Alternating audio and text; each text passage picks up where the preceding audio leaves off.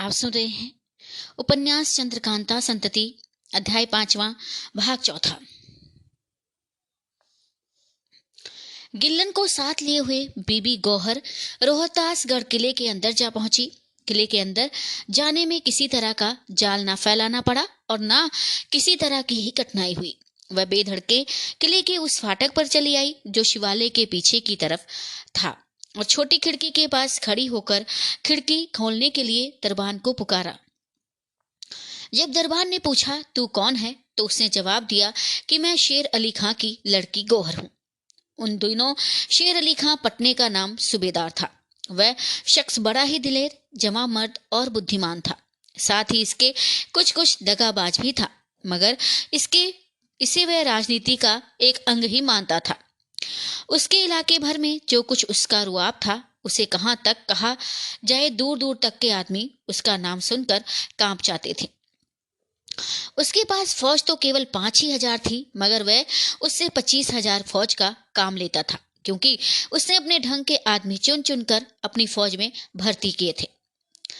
गौहर इसी शेर अली खां की लड़की थी और वह गौहर की मौसेरी बहन थी, जो चुनारगढ़ के पास वाले जंगल में माधवी के हाथ से मारी गई थी।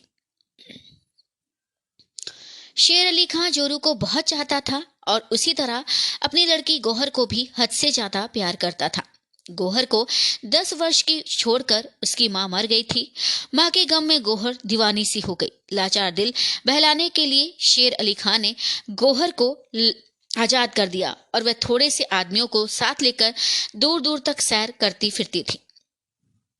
5 वर्ष तक वह इसी अवस्था में रही। इसी बीच में आजादी मिलने के कारण उसकी चाल चलन में भी फर्क पड़ गया था। इस समय गौहर की उम्र 15 वर्ष की है। शेर अली खां दिग्विजय सिंह का दिली दोस्त था और दिग्विजय सिंह भी उसका बहुत भरोसा रखता था। गौहर का नाम सुनते ही दरबान चौंका और उसने उस अफसर को इत्तला दी जो कई सिपाहियों को साथ लेकर फाटक की हिफाजत पर मुस्तैद था। अफसर तुरंत फाटक पर आया और उसने पुकार कर पूछा कि आप कौन हैं? गौहर बोली, मैं शेर अली खां की लड़की गौहर हूं। अफसर, इस समय आपको संकेत बताना चाहिए। गौहर, हाँ बताती हूँ, जोगिया। जोगिया सुनते ही अफसर ने दरवाजा खोलने का हुक्म दे दिया और गिल्लन को साथ लिए हुए गौहर किले के अंदर पहुंच गई।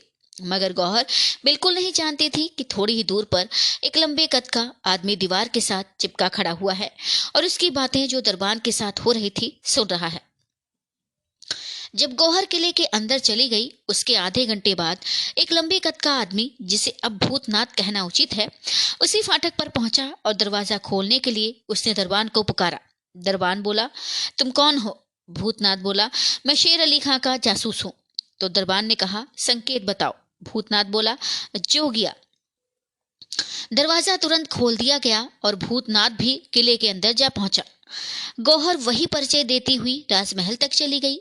जब उसके आने की खबर राजा दिग्विजय सिंह को दी गई, उस समय रात बहुत कम बाकी थी और दिग्विजय सिंह मसहरी पर बैठा हुआ राजकीय कामों की तरह तरह की बातें सोच रहा था। गौहर के आने की खबर सुनते ही दिग्विजय सिंह ताज्जुब में आकर उठ खड़ा हुआ। उसे अंदर आने की आज्ञा भी थी, बल्कि खुद भी। आज 5 वर्ष बाद दिग्विजय सिंह ने गौहर को देखा। इस समय इसकी खूबसूरती और उठती हुई जवानी गजब करती थी। उसे देखते ही दिग्विजय सिंह की तबीयत डोल गई, मगर शेर अली खां के डर से रंग ना बदल सका। दिग्विजय सिंह, इस समय आपका आना क्यों और कैसे हुआ? ये दूसरी औरत आपके साथ कौन है? गौहर, ये मेरी अय्यारा है। कई दिन हुए केवल आपसे मिलने के लिए 100 सिपाहियों को साथ लेकर मैं यहाँ आ रही थी।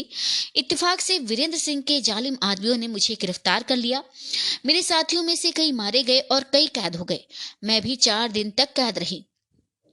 आखिर इस चालाक अय्यारा ने, जो कैद होने से बच गई थी, मुझे छुड़ाया। इस समय सिवाय इसके कि मैं इस किले में आ घुसूं और कोई तदबीर जान बचाने की नहीं सूझी। सुना है कि वीरेंद्र सिंह वगैरह आजकल आपके यहाँ कैद हैं। दिग्विजय सिंह, हाँ, वे लोग आजकल यहाँ कैद हैं। मैंने ये खबर आपके पिता को भी तो लिखी है। गौहर, हाँ मुझे मालूम है, वे आपकी मदद को आने वाले हैं। उनका इरादा है कि वीरेंद्र सिंह के लश्कर पर, जो इस पहाड़ी के नीचे है, छापा मारें। दिग्विजय सिंह, हाँ मुझे तो एक उन्हीं का भरोसा है। यद्यपि शेर अली खां के डर से दिग्विजय सिंह गौहर के साथ अदब का बर्ताव करता रहा, मगर कमबख्त गौहर को ये मंजूर न था। उसने यहाँ तक हाव भाव और चुलबुलापन दिखाया कि दिग्विजय सिंह की नीयत आखिर बदल गई और वह एकांत खोजने लगा। गौहर 3 दिन से ज्यादा अपने को ना बचा सकी। इस बीच में उसने अपना मुंह काला करके दिग्विजय सिंह को काबू में कर लिया और दिग्विजय सिंह से इस बात की प्रतिज्ञा करा ली कि वीरेंद्र सिंह वगैरह जितने आदमी यहाँ कैद हैं, सभी का सिर काटकर किले के कंगूरों पर लटका दिया जाएगा और इसका बंदोबस्त भी होने लगा। मगर इसी बीच में भैरव सिंह, राम नारायण और चुन्नी लाल ने, जो किले के अंदर पहुंच गए थे, वह धूम मचाई कि लोगों की नाक में दम कर दिया। और मजा तो ये है कि किसी को कुछ पता न लगता था कि ये कार्रवाई कौन कर रहा है। वीरेंद्र सिंह के तीनों अय्यारों ने रोहतासगढ़ के किले के अंदर पहुंचकर अंधेर मचाना शुरू कर दिया। उन लोगों ने निश्चय कर लिया कि अगर दिग्विजय सिंह हमारे मालिकों को नहीं छोड़ेगा तो अय्यारी के कायदे के बाहर काम करेंगे और रोहतासगढ़ का सत्यानाश करके छोड़ेंगे। जिस दिन दिग्विजय सिंह की मुलाकात गौहर से हुई, उसके दूसरे ही दिन दरबार के समय दिग्विजय सिंह को खबर पहुंची कि शहर में कई जगह हाथ के लिखे हुए कागज दीवारों पर चिपके हुए दिखाई देते हैं, जिनमें लिखा है, वीरेंद्र सिंह के अय्यार लोग इस किले में आ पहुंचे हैं। यदि दिग्विजय सिंह अपनी भलाई चाहें तो 24 घंटे के अंदर राजा वीरेंद्र सिंह वगैरह को छोड़ दे, नहीं तो देखते देखते रोहतासगढ़ का सत्यानाश हो जाएगा और यहाँ का एक आदमी जीता नहीं बचेगा। राजा वीरेंद्र सिंह के अय्यारों का हाल दिग्विजय सिंह अच्छी तरह जानता था। उसे विश्वास था कि इन लोगों का मुकाबला करने वाला दुनिया भर में कोई नहीं है। विज्ञापन का हाल सुनते ही वह कांप उठा और सोचने लगा कि अब उससे क्या करना चाहिए। इन विज्ञापन की बात शहर भर में तुरंत फैल गई। मारे डर के वहां की रियाया का दम निकला जाता था। सब कोई अपने राजा दिग्विजय सिंह की शिकायत करते थे और कहते थे कि कमबख्त ने बेफायदा राजा वीरेंद्र सिंह से वैर बांधकर हम लोगों की जान ली है। तीनों अय्यारों ने 3 काम बांट लिए। राम नारायण ने इस बात का जिम्मा लिया कि किसी लोहार के यहाँ चोरी करके बहुत सी कीलें इकट्ठी करेंगे और रोहतासगढ़ में जितनी तोपें हैं सभी में कीलें ठोक देंगे। चुन्नी लाल ने वादा किया कि 3 दिन के अंदर रामानंद अय्यार का सिर काटकर शहर के चौमुहाने पर रखेंगे और भैरव सिंह ने तो रोहतासगढ़ ही को चौपट करने का प्रण कर लिया था। हम ऊपर सुना आए हैं कि जिस समय कुंदन ने यानी कि धनपत ने तहखाने में से किशोरी को निकाल ले जाने का इरादा किया था तो 12 नंबर की कोठरी में पहुंचने के पहले तहखाने के दरवाजे में ताला लगा दिया था। मगर रोहतासगढ़ दखल होने के बाद तहखाने वाली किताब की मदद से जो दरोगा के पास रहा करती थी, वह दरवाजे पुनः खोल दिए गए थे और इसीलिए दीवान खाने की राह से तहखाने में फिर आमद रफ्त शुरू हो गई थी। एक दिन आधी रात के बाद राजा दिग्विजय सिंह के पलंग पर बैठी हुई गौहर ने इच्छा प्रकट की कि मैं तहखाने में चलकर राजा वीरेंद्र सिंह वगैरह को देखना चाहती हूँ। राजा दिग्विजय सिंह उसकी मोहब्बत में चूर हो रहे थे। 3 दुनिया की खबर भूले हुए थे। तहखाने के कायदे पर ध्यान न देकर गौहर को तहखाने में ले चले। अभी पहला दरवाजा भी न खोला था कि एकाएक एक भयानक आवाज आई। मालूम हुआ कि मानो हजारों तोपें एक साथ छूटी हैं। तमाम किला हिल उठा। गौहर बदहवास होकर जमीन पर गिर पड़ी। दिग्विजय सिंह भी खड़ा नहीं रह सका। जब दिग्विजय सिंह को होश आया, छत पर चढ़ गया और शहर की तरफ देखने लगा। शहर में बेहिसाब आग लगी हुई थी। सैकड़ों घर जल रहे थे। अग्निदेव ने अपना बुरा दखल जमा लिया था। आग के बड़े बड़े शोले आसमान की तरफ उठ रहे थे। ये हाल देखते ही दिग्विजय सिंह ने सिर पीटा और कहा, ये सब फसाद वीरेंद्र सिंह के अय्यारों का है। बेशक उन लोगों ने मैगजीन में आग लगा दी और वह भयंकर आवाज मैगजीन के उड़ने की ही थी। हाय, आज सैकड़ों घर तबाह हो गए होंगे। इस समय वह कमबख्त साधु अगर मेरे सामने होता तो मैं उसकी दाढ़ी नोच लेता, जिसके बहकाने से वीरेंद्र सिंह वगैरह को मैंने कैद किया। दिग्विजय सिंह घबराकर राजमहल के बाहर निकला और तब उसने निश्चय हो गया कि जो कुछ उसने सोचा था ठीक निकला। नौकरियों ने खबर दी कि ना मालूम किसने मैगजीन में आग लगा दी, जिसके सबब से सैकड़ों घर तबाह हो गए। उसी समय शहर में ऐसी आग लग गई जो अभी तक बुझाई नहीं बुझती। खबर के सुनते ही दिग्विजय सिंह अपने कमरे में लौट गया और बदहवास होकर गद्दी पर गिर पड़ा। बेशक ये सब काम वीरेंद्र सिंह के अय्यारों का ही था। इस आग लगी में राम नारायण को भी तोपों में कीले ठोकने का खूब मौका हाथ लगा। रामानंद दीवान घबराकर घर से बाहर निकला और तहकीकात करने के लिए अकेला ही शहर की तरफ चला। रास्ते में चुन्नीलाल ने हाथ पकड़ लिया और उसने चुन्नीलाल पर तलवार चलाई।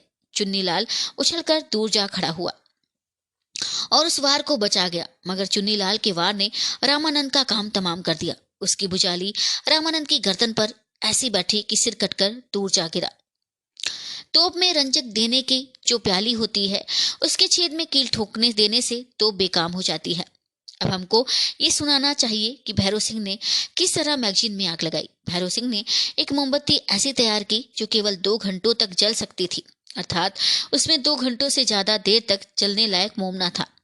और उस मोमबत्ती के बीचों बीच में आतिशबाजी का एक अनार बनाया, जिससे आधी मोमबत्ती जब जल जाए तो आप से आप अनार में आग लगे। जब इस तरह की मोमबत्ती तैयार हो गई तो उसने अपने दोनों साथियों से कहा कि मैगजीन में आग लगाने जाता हूँ, अपनी फिक्र आप ही कर लूंगा। तुम लोग किसी ऐसी जगह जाकर छिपो जहां मैदान या किले की मजबूत दीवार हो, मगर इसके पहले शहर में आग लगा दो।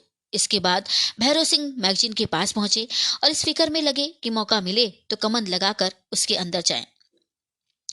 ये इमारत बहुत बड़ी तो ना थी, मगर मजबूत थी। दीवार बहुत चौड़ी और ऊंची थी। फाटक बहुत बड़ा पर लोहे का था। पहरे पर 50 आदमी नंगी तलवारें लिए हर वक्त मुस्तैद रहते थे। इस मैगजीन के चारों तरफ से कोई आदमी आग लेकर नहीं जाने वाला था। चंद्रमा अस्त हो गया और पिछली रात की अंधेरी चारों तरफ फैल गई। निद्रा देवी की हुकूमत में सभी पड़े हुए थे, यहाँ तक कि पहरे वालों की आंखें भी छिपी पड़ती थी। उसी समय मौका पाकर भैरव सिंह ने मैगजीन के पिछली तरफ कमंद लगाई। दीवार के ऊपर चढ़ जाने के बाद कमंद खींच ली और उसी के सहारे उतर गए। मैगजीन के अंदर हजारों थैले बारूद के गजे हुए पड़े थे। तोप के गोलों का ढेर लगा हुआ था। बहुत सी तोपें भी पड़ी हुई थी। भैरव सिंह ने ये मोमबत्ती जलाई और बारूद के थैलों के पास जमीन पर लगाकर खड़ी कर दी। इसके बाद फुर्ती से मैगजीन के बाहर हो गए और जहां तक दूर निकलते जाते थे बना निकल गए। उसी के घंटे भर बाद जब मोमबत्ती का नार छूट गया होगा, बारूद में आग लगी और मैगजीन की इमारत जड़ बुनियाद से नष्ट हो गई। हजारों आदमी मरे और सैकड़ों मकान गिर पड़े। बल्कि यूं कहना चाहिए कि उसकी आवाज से रोहतासगढ़ का किला दहल उठा। जरूर कई कोस तक इसकी भयानक आवाज गई होगी। पहाड़ी के नीचे वीरेंद्र सिंह के लश्कर में जब ये आवाज पहुंची तो दोनों सेनापति समझ गए कि मैगजीन में आग लगी, क्योंकि ऐसी भयानक आवाज सिवाय मैगजीन उड़ने के और किसी तरह से नहीं हो सकती। बेशक ये काम भैरव सिंह का ही है। मैगजीन उड़ने का विश्वास होते ही दोनों सेनापति बहुत प्रसन्न हुए और समझ गए कि अब रोहतासगढ़ का किला फतेह कर लिया, क्योंकि जब बारूद का खजाना ही उड़ गया तो किले वाले तोपों के जरिए से हमें कैसे रोक सकते हैं। दोनों सेनापतियों ने ये सोचकर कि अब विलंब करना मुनासिब नहीं है, किले पर चढ़ाई कर दी और 2000 आदमियों को साथ लेकर नाहर सिंह पहाड़ पर चढ़ने लगा। यद्यपि दोनों सेनापति इस बात को समझते थे कि मैगजीन उड़ गई है तो भी कुछ बारूद तोपखाने में जरूर होगी, मगर यह ख्याल उनके बढ़े हुए हौसले को किसी तरह रोक ना सका। इधर दिग्विजय सिंह अपनी जिंदगी से बिल्कुल नाउम्मीद हो बैठा।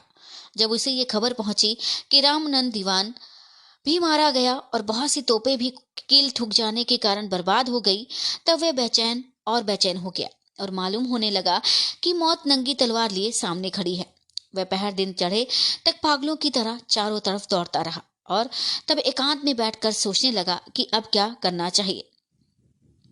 जब उसे जान बचाने की कोई तरकीब नहीं सूझी और ये निश्चय हो गया कि अब रोहतासगढ़ का किला किसी तरह नहीं रह सकता और दुश्मन लोग भी मुझे किसी तरह जिता नहीं छोड़ सकते, तब वह हाथ में नंगी तलवार लेकर उठा और तहखाने की ताली निकालकर ये कहता हुआ तहखाने की तरफ चला कि जब मेरी जान बच ही नहीं सकती तो वीरेंद्र सिंह और उनके लड़के वगैरह को क्यों जीता छोड़ूं। आज मैं अपने हाथ से उन लोगों का सिर काटूंगा। दिग्विजय सिंह हाथ में नंगी तलवार लिए हुए अकेला ही तहखाने में गया, मगर जब उस दालान में पहुंचा जिसमें हथकड़ियों और बेड़ियों से कसे हुए वीरेंद्र सिंह वगैरह रखे गए थे तो उसको खाली पाया। वह ताज्जुब में आकर चारों तरफ देखने लगा और सोचने लगा कि कैदी लोग कहाँ गायब हो गए। मालूम होता है कि यहाँ भी अय्यार लोग आ पहुंचे, मगर देखना चाहिए कि किस राह से पहुंचे। दिग्विजय सिंह उस सुरंग में गया जो कब्रिस्तान की तरफ निकल गई थी। वहां का दरवाजा उसी तरह बंद पाया जैसा कि उसने अपने हाथ से बंद किया था। आखिर लाचार सिर पीटता हुआ लौट आया और दीवान खाने में बदहवास होकर गद्दी पर गिर पड़ा। इस जगह मुक्तसर ही में ये लिख देना मुनासिब मालूम होता है कि रोहतासगढ़ तहखाने में से राजा वीरेंद्र सिंह, कुंवर आनंद सिंह और उनके अय्यार लोग क्यों और कैसे छूट गए। ऊपर हम सुना आए हैं कि जिस समय गौहर जोगिया का संकेत देकर रोहतासगढ़ किले में दाखिल हुई, उसके थोड़ी ही देर बाद एक लंबे कद का आदमी भी, जो असल में भूतनाथ था, जोगिया का संकेत देकर किले के अंदर चला गया।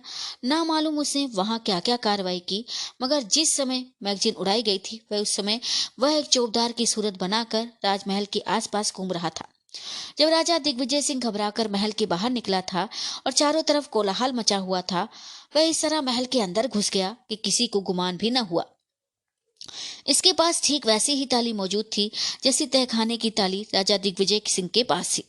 भूतनाथ जल्दी जल्दी उस घर में पहुंचा जिसमें तहखाने के अंदर जाने का रास्ता था। उसने तुरंत दरवाजा खोला और अंदर जाकर उसी ताली से फिर बंद कर दिया।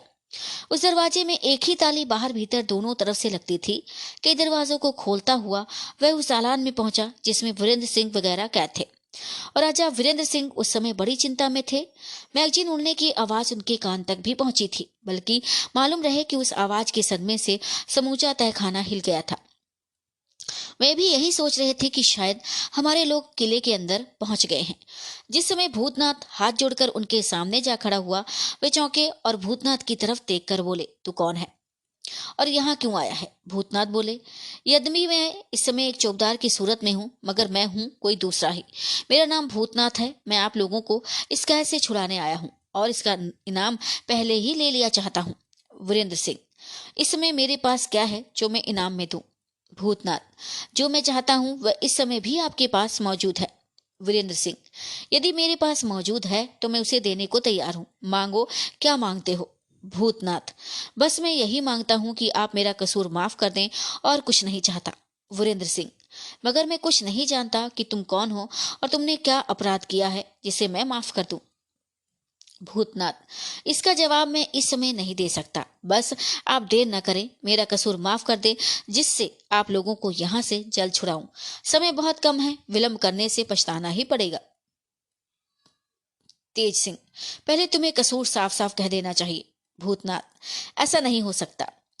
भूतनाथ की बातें सुनकर सभी हैरान थे और सोचते थे कि ये विचित्र आदमी है जो जबरदस्ती अपना कसूर माफ करा रहा है और ये भी नहीं कहता है कि उसने क्या किया। इसमें शक नहीं कि यदि हम लोगों को यहाँ से छुड़ा देगा तो भारी एहसान करेगा, मगर इसके बदले में ये केवल इतना ही मांगता है कि इसका कसूर माफ कर दिया जाए।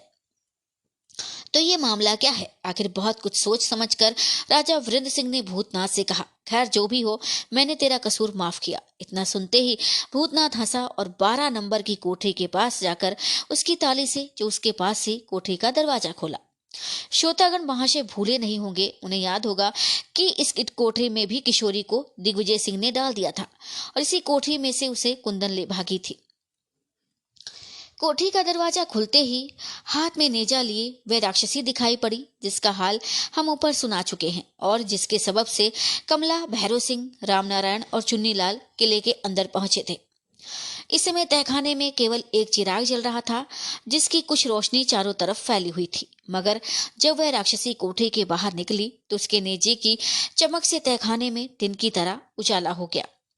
भयानक सूरत के साथ उसके नेजे ने सभी को ताज्जुब में डाल दिया और उस औरत ने भूतनाथ से पूछा, तुम्हारा काम हो गया हो? इसके जवाब में भूतनाथ ने कहा, हाँ। उस राक्षसी ने राजा वीरेंद्र सिंह की तरफ देखकर कहा, सभी को लेकर आप इस कोठरी में आवें और तहखाने के बाहर निकल चलें। मैं इसी राह से आप लोगों को तहखाने के बाहर कर देती हूँ। ये बात सभी को मालूम ही थी। इसी 12 नंबर की कोठरी में से किशोरी गायब हो गई थी, इसीलिए सभी को विश्वास हो था कि इस कोठरी में से कोई रास्ता बाहर निकल जाने के लिए जरूर है। सभी की हथकड़ी बेड़ी खोल दी गई। इसके बाद सब कोई उस कोठरी में घुसे और उस राक्षसी की मदद से तहखाने के बाहर हो गए। जाते समय राक्षसी ने उस कोठरी को बंद कर दिया। बाहर होते ही राक्षसी और भूतनाथ राजा वीरेंद्र सिंह वगैरह से बिना कुछ कहे चले गए और जंगल में घुसकर देखते ही देखते नजरों से गायब हो गए। उन दोनों के बारे में सभी को शक बना ही रहा। दोपहर दिन चढ़ने के पहले ही फौज लेकर नाहर सिंह रोहतासगढ़ पहाड़ी के ऊपर चढ़ गया। उस समय दुश्मनों ने लाचार होकर फाटक खोल दिया और लड़ भिड़कर जान देने पर तैयार हो गए। किले की कुल फौज फाटक पर उमड़ आई। और फाटक के बाहर मैदान में घोर युद्ध होने लगा। नाहर सिंह की बहादुरी देखने योग्य थी। वह हाथ में तलवार लिए जिस तरफ को निकल जाता था पूरा सफाया कर देता था। उसकी बहादुरी देखकर उसकी मातहत फौज की भी हिम्मत टूनी हो गई और वह ककड़ी की तरह दुश्मनों को काटने लगी। उसी समय 500 बहादुरों को साथ लिए राजा वीरेंद्र सिंह, कुंवर आनंद सिंह और तेज सिंह वगैरह भी आ पहुंचे और उस फौज में मिल गए जो नाहर सिंह की मातहती में लड़ रही थी। ये 500 आदमी उन्हीं की फौज के थे जो 2-2, 4-4 करके पहाड़ के ऊपर चढ़ाए गए थे। तहखाने से बाहर निकलने पर राजा वीरेंद्र सिंह से मुलाकात हुई थी और सब एक जगह हो गए थे। जिस समय किले वालों को ये मालूम हुआ कि राजा वीरेंद्र सिंह वगैरह भी उस फौज में आ मिले, उस समय उनकी हिम्मत बिल्कुल जाती रही। बिना दिल का हौसला निकाले ही उन लोगों ने होशियार रख दिए और सुलह का डंका हथियार रख दिए और सुलह का डंका बजा दिया। पहाड़ी के नीचे से और पहुंच गई और रोहतासगढ़ में राजा वीरेंद्र सिंह की अमलदारी हो गई। जिस समय राजा वीरेंद्र सिंह दीवान खाने में पहुंचे, वहां राजा दिग्विजय सिंह की लाश पाई गई। मालूम हुआ कि उसने आत्मघात कर लिया। उसकी हालत पर राजा वीरेंद्र सिंह देर तक अफसोस करते रहे। राजा वीरेंद्र सिंह ने कुंवर आनंद सिंह को गद्दी पर बैठाया। सभी ने नजरें दी। उसी समय कमला भी आ पहुंची। उसने किले में पहुंचकर कोई ऐसा काम नहीं किया था जो सुनाने लायक हो। हाँ, गिल्लन के सहित गौहर को जरूर गिरफ्तार कर लिया था। दिग्विजय सिंह की रानी अपने पति के साथ सती हुई। रामानंद की स्त्री भी अपने पति के साथ जल मरी। शहर में कुमार के नाम की मुनादी करा दी गई और ये कहला दिया गया कि जो रोहतासगढ़ से निकल जाना चाहे वह खुशी से चला जाए। दिग्विजय सिंह के मरने से जिसे कष्ट हुआ हो, वह यदि हमारे भरोसे पर यहाँ रहेगा तो उसे किसी तरह का दुख नहीं होगा। हर एक की मदद की जाएगी और जो जिस लायक है उसकी खातिर की जाएगी। इन सब कामों के बाद राजा वीरेंद्र सिंह ने कुल हाल की चिट्ठी लिखकर अपने पिता के पास रवाना की। दूसरे दिन राजा वीरेंद्र सिंह ने एकांत में कमला को बुलाया। उस समय उनके पास कुंवर आनंद सिंह, तेज सिंह, भैरव सिंह, तारा सिंह वगैरह अय्यार लोग ही बैठे थे, अर्थात सिवाय आपस वालों के कोई भी बाहरी आदमी नहीं था। राजा वीरेंद्र सिंह ने कमला से पूछा, कमला, तू इतने दिनों तक कहाँ रही और तेरे ऊपर क्या क्या मुसीबतें आई और तू किशोरी का क्या क्या हाल जानती है, सो मैं सुनना चाहता हूँ। कमला, जो कुछ मुसीबतें मुझ पर आई हैं और जो कुछ किशोरी को हाल में जानती हूँ, सब अर्ज करती हूँ। अपनी प्यारी किशोरी से छूटने के बाद मैं बहुत ही परेशान हुई। अग्निदत्त की लड़की कामनी ने जब किशोरी को अपने बाप के पंजे से छुड़ाया और खुद भी निकल खड़ी हुई तो पुनः मैं उन लोगों से जा मिली और बहुत दिनों तक गयाची में रही और वहीं बहुत सी विचित्र बातें भी हुई। वीरेंद्र सिंह, हाँ, गया जी का बहुत कुछ हाल तुम लोगों के बारे में देवी सिंह की जुबानी मुझे मालूम हुआ था और ये भी जाना गया कि जिन दिनों इंद्रजीत सिंह बीमार था उसके कमरे में जो जो अद्भुत बातें देखने सुनने में आई सब कामने ही की कार्रवाइयां थी, मगर उनमें से कई बातों का भेद अभी तक मालूम नहीं हुआ। कमला, वह क्या? वीरेंद्र सिंह, एक तो ये कि तुम लोग उस कोठरी में किस रास्ते से आती जाती थी, दूसरे लड़ाई किससे हुई थी, वह कटा हाथ जो कोठरी में पाया गया किसका था और बिना सिर की लाश किसकी थी। कमला, वह भेद भी मैं आपसे कहती हूँ। गयाजी में फल्गु नदी के किनारे एक मंदिर श्री राधा कृष्ण जी का है। उसी मंदिर में से एक रास्ता महल में जाने का है जो उस कोठरी में निकला है, जिसका हाल माधवी, अग्निदत्त और कामनी के सिवाय किसी को मालूम नहीं था। कामनी की बदौलत मुझे और किशोरी को मालूम हुआ। उसी रास्ते से हम लोग आते जाते थे। वह रास्ता बड़ा ही विचित्र है, उसका हाल मैं जुबानी नहीं समझा सकती। गया जी चलने के बाद जब मौका मिलेगा तो ले चलकर उसे आपको दिखाऊंगी। हम लोगों का उस मकान में आना जाना नेक नियति के साथ होता था, मगर जब माधवी गया जी में पहुंची तो बदला लेने की नीयत से एक आदमी और अपने अय्यारों को साथ ले उसी राह से महल की तरफ रवाना हुई। उसे उस समय तक शायद हम लोगों का हाल मालूम न था। इत्तेफाक से हम तीनों आदमी भी उसी समय सुरंग में घुसे। आखिर नतीजा ये हुआ कि उस कोठे में पहुंचकर लड़ाई हो गई।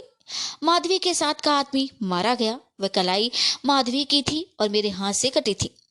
अंत में उसकी अयारा उस आदमी का सिर और माधवी को लेकर चली गई। हम लोगों ने उस समय रोकना मुनासिब भी नहीं समझा। वीरेंद्र सिंह, हाँ ठीक है, ऐसा ही हुआ है। ये हाल मुझे मालूम था, मगर शक मिटाने के लिए तुमसे पूछा था। कमला, आपको कैसे मालूम हुआ?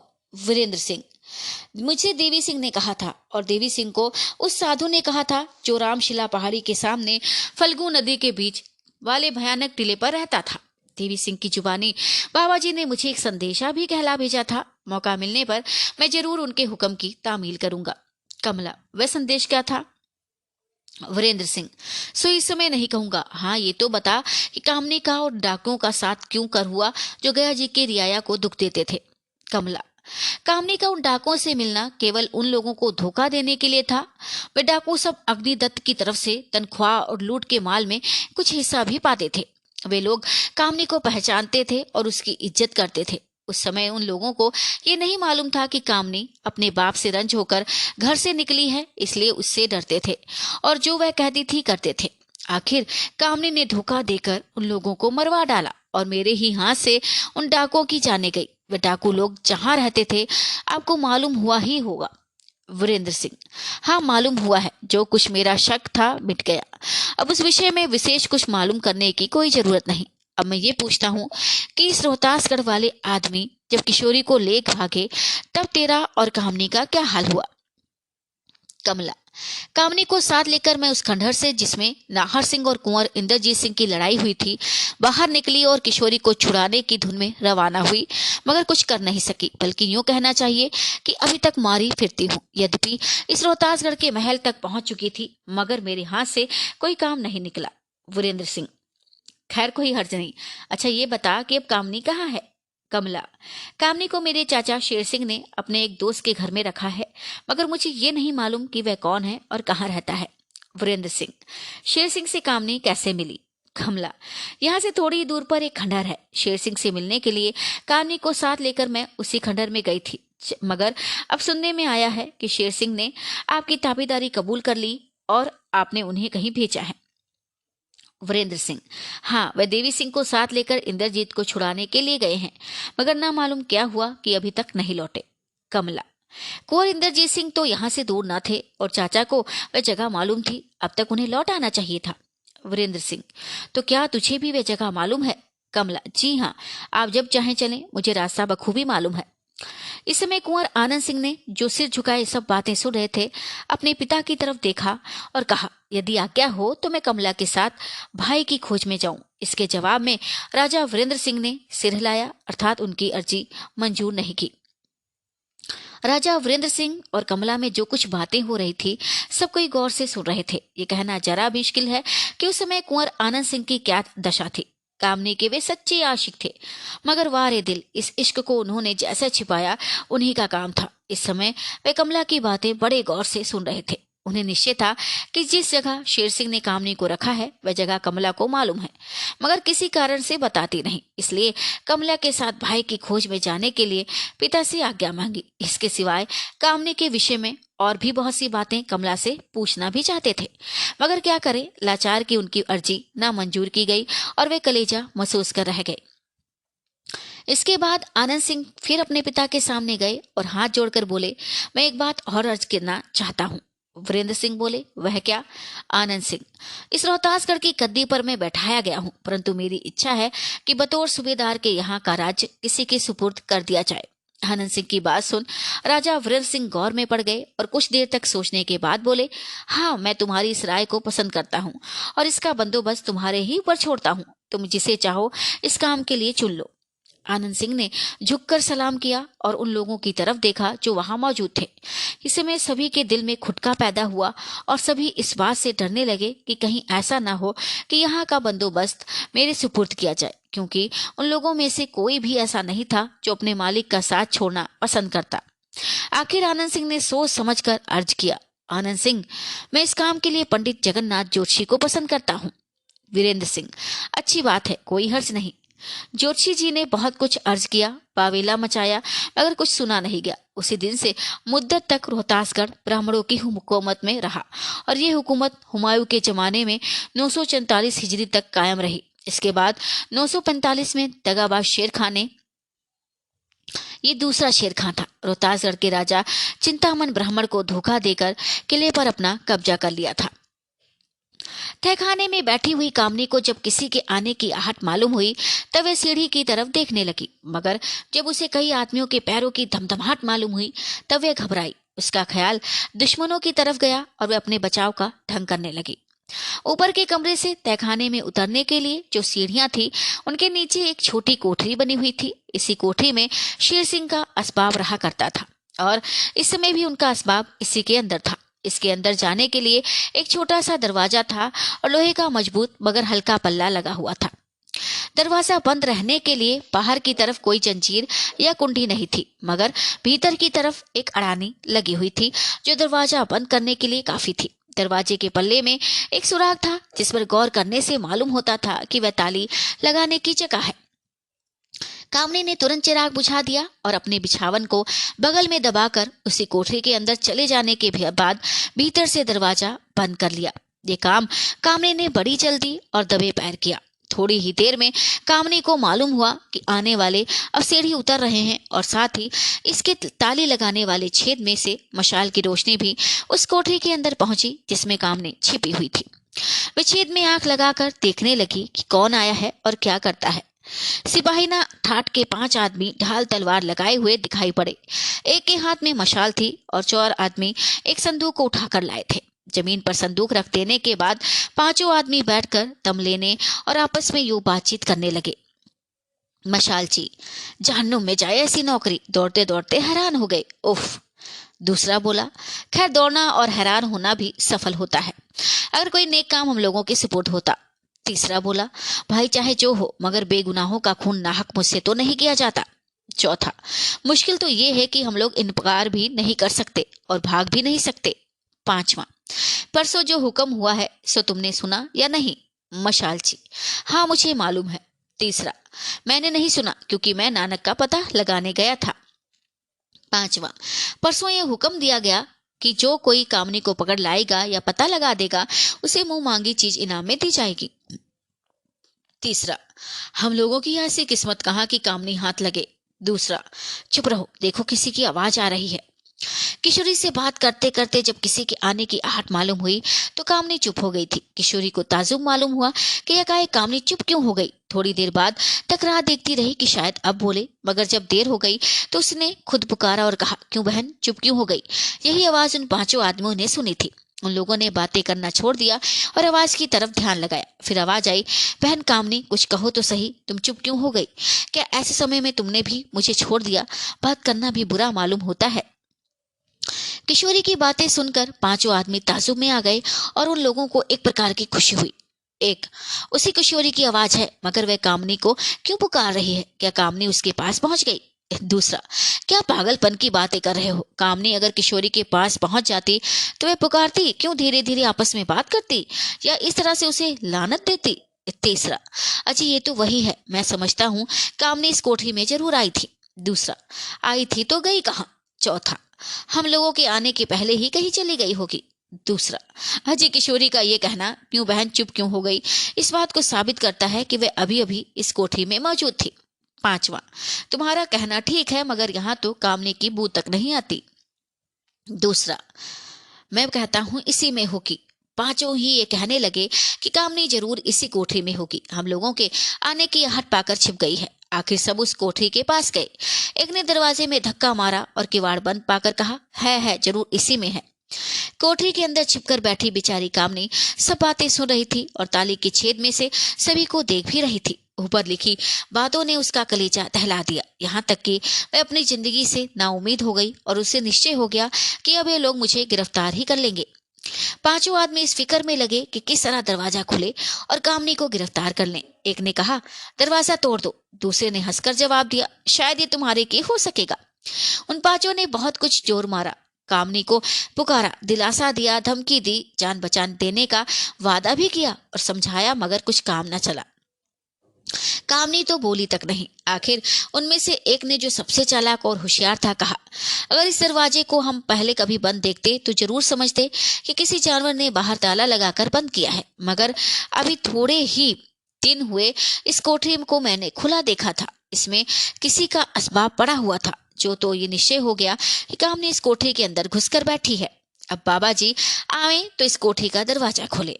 अब तो ये मुनासिब है कि हम लोगों में से एक आदमी जाए और बाकी 4 आदमी बारी बारी से यहाँ पहरा दें, जिसमें कामनी निकलकर भाग न जाए। आखिर इस कोठरी में कब तक छिपकर बैठी रहेगी या अपनी भूख प्यास का क्या बंदोबस्त करेगी? सभी ने इस राय को पसंद किया। एक आदमी अपने मालिक को खबर करने चला गया। एक तहखाने में उसी जगह बैठा रहा और 3 आदमी बाहर खंडहर में निकल आए और इधर उधर टहलने लगे। सवेरा हो गया और पूरब की तरफ सूर्य की लालिमा दिखाई देने लगी। बेचारी कामने की जान आफत में फंस गई। देखना चाहिए क्या होता है, मगर उसने निश्चय कर लिया कि भूख और प्यास से चाहे जान निकल जाए, मगर कोठरी के बाहर नहीं निकलूंगी। उस बेचारी को कोठरी के अंदर घुसकर बैठे 3 दिन हो गए। भूख और प्यास से उस बेचारी की क्या अवस्था हो गई होगी, ये श्रोतागण स्वयं समझ सकते हैं। यहाँ लिखने की कोई आवश्यकता नहीं। हम ऊपर सुना आए हैं कि उन 5 में से एक आदमी अपने मालिक को खबर करने चला गया और बाकी 4 इसलिए रह गए कि बारी बारी से पहरा दे, जिससे कामने निकलकर भाग ना जाए।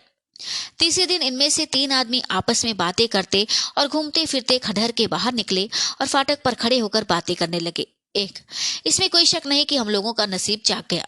दूसरा, नसीब जागा तो हम नहीं कह सकते, हाँ इतनी बात है कि रकम गहरी हाथ लगेगी। तीसरा, अरे मुंह महंगा इनाम क्या हम नहीं पा सकते? दूसरा, नहीं। तीसरा, वो क्यों? दूसरा, हम लोग कामनी को अगर पकड़ ले जाते तो वो महंगा इनाम पाते, सो तो हुआ नहीं। कामनी कोठरी के अंदर घुस बैठी और हम लोग दरवाजा खोलकर उसे निकाल ना सके। लाचार हो बाबा जी को बुलाना पड़ा। ऐसी अवस्था में जो कुछ इनाम मिला जाए वही बहुत है। पहला, इतना तो कहला भेजा कि हम लोगों ने कामनी को इस तहखाने में फंसा रखा है। दूसरा, खैर जो होगा देखा जाएगा। इस समय तो हम लोगों की जीत ही जीत मालूम होती है। कामनी और किशोरी दोनों को ही हमारे मालिक की किस्मत ने इस तहखाने में कैद कर रखा है।